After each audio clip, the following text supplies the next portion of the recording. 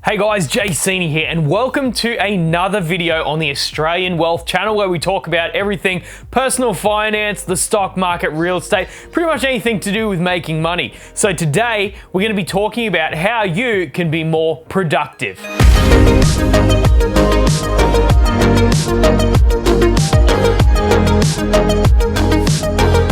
So I think one of the best skills that you can develop is how to be really productive. I think it's something that's going to help you a lot throughout your entire life, regardless of what career you are in. So this, of course, is a skill that comes quite naturally to a lot of people. However, for some people, they have to work really hard to get this together. Industriousness is one of the biggest predictors of future success. So if you can work on your ability to be more productive, then that's going to yield better results for your life. So although it is one predictor of future success, it is not the only one. So that's something to take into account. So in this video, I've put together a few tips that I think will help to increase your productivity. Now, the first tip to be more productive is to smash the like button and subscribe to the channel. It really helps to get these videos out to more people so that they can learn more about the topics that we cover on this channel. Okay, so the very first tip to increase your productivity is to stop multitasking. Multitasking has been scientifically proven to be complete garbage. You're significantly better off focusing on one task and then moving on to the next, rather than having your attention spread across multiple tasks at once. You might feel like you're being more efficient, but you're actually not. You're actually reducing your capacity. It's a false efficiency that you're feeling. Because what's actually happening is your brain is getting overloaded with different tasks, and it feels like you're using a lot more brain power, but you're not getting anything extra done. So that's the first one. Make sure you cut out multitasking. Just take things one task at a time. All right, the second tip is to be prepared. Now, if you can write down what you want to achieve and in the time frame that you can do it, it kind of locks it into your head a little bit more. So it's very common for tasks to draw out for the amount of time that you have. But if you can give yourself a very specific amount of time to work on a task, you'd be amazed how much more productive you can be. I know that this happens a lot, even with myself. When I'm producing videos, if I have a long time between filming and delivery of the video, then it's really easy for me to work a little bit slower. But if I allot a very specific amount of time and say it has to be done by this point because I have all these other things that I have to do, then I find that I work incredibly more productively. So having a really specific amount of time is a great one. Now, this is the next one. I think it's probably one of the most important ones on this entire list, and that is to leave your phone in a different room. When temptation is right at your fingertips, it's really easy to get distracted. And what people have to remember is that your phone is basically a dopamine slot machine. Now, what I mean by that is that all of these social media apps such as Facebook, Instagram, TikTok, they're all wired to continually give you dopamine hits. So naturally, because of this, your brain is going to continually keep going back to your phone. And look, it's not the fault of people. All of these companies have researched the effects of social media and how to get those dopamine hits so that people spend the most time on the platform that they possibly can, because that leads to an increase in ad revenue for them. It's really easy to give into temptation, and before you know it, you're watching blackheads get popped on YouTube, or you're watching a 10 millionth TikTok and you just fall down the rabbit hole. So the best way to prevent this is to stop it from happening in the first place. So by putting your phone in a different room, it's out of arm's reach, and that's going to allow you to focus on the task at hand.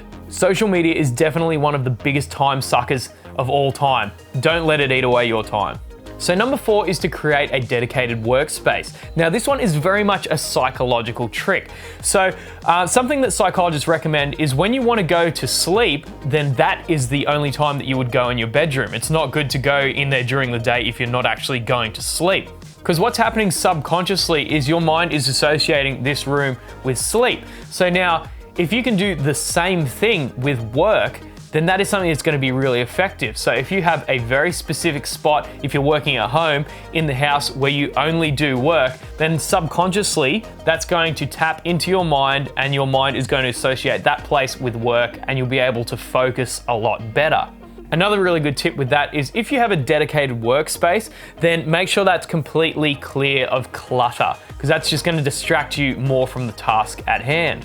Okay, so now the next one, number 5, is one that some people will agree with and some people will disagree with. I think it totally depends on your personality, and that is to have a working buddy. So sometimes I've found it really effective to have someone that's sitting down next to me that's also doing their work at the same time. Now the reason for this is because if they're focused completely on their work, it's going to drive you to completely focus on yours. It's another psychological trick. So of course you do need to pick the right person for this. If you're just picking someone that loves to talk, then that's completely gonna get rid of all of your working time and you're not gonna be able to focus.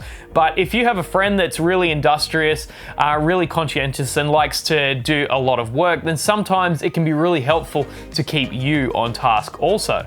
I'm actually amazed by the effect this has on my level of productivity, having someone working next to you that's really conscientious. So I thought it was a really good tip. Personally for me, it might not work for the people that are in your life. If you like to talk a lot and you have a lot of friends that like to talk a lot, then maybe this one might be a detriment. But if you have people around you that are really hard workers, then this one might work for you. All right, number 6. Prevent interruptions. This is a huge one. In this day and age, it's really easy for you to get interrupted by a number of different things. There's a ding on your Facebook, you have a new email that's come in, someone's trying to call you, someone's just turned up at the door to deliver a package. There are so many different ways that you can get distracted in this world. So the key is to set this up so that you are not getting interrupted for the duration of time that you are working.